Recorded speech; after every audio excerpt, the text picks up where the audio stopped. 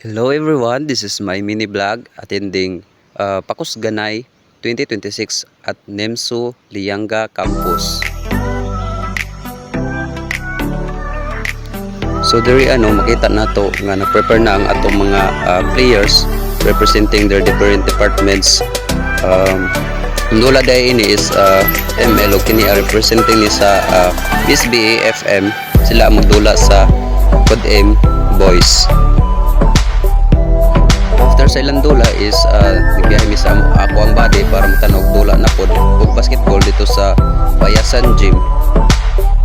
Diri timing kayo kay pag abot namo is bago pa ginugsugod ang dula no, so na enjoy pa namo ang ilahang dula. Diri is makita nato is very competitive yun kayo, each team no naningkamot og wala gyud magpapildi sa ilaha.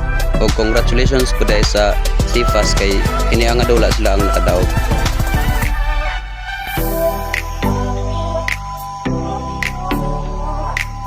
Pagkagabi ani nga adlaw is nakadto mi sa municipal gym para magtanaw battle of the band og mag-support sa ato ang departments. Diri makita ninyo is very enjoy gid kayo mi diri na time kay nag-perform pod ang amo ang amigo sa battle of the bands.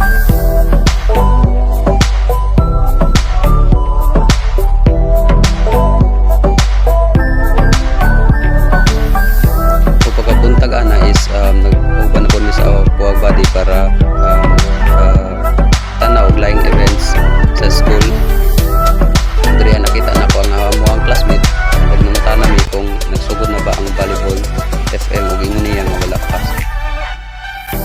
So mao to pagkagabi ani is nibalik ni sa municipal gym para magtan-aw pod og pageant og mag-support sa ato ang department. Ya kini makita na nato is very big kay ni siya nga time no is daghan ka yung kuan estudyante nga nag-support po sa ilahang different departments. Diri last day sa events sa Pakus Ganay 2026 is nagtanaw mig volleyball kay fighting for champion ng FM og ang HM. So diri congratulations day sa FM no kay sila ang nakadaog sa volleyball og overall champion po sila sa official tali. So maro to guys, thank you for watching.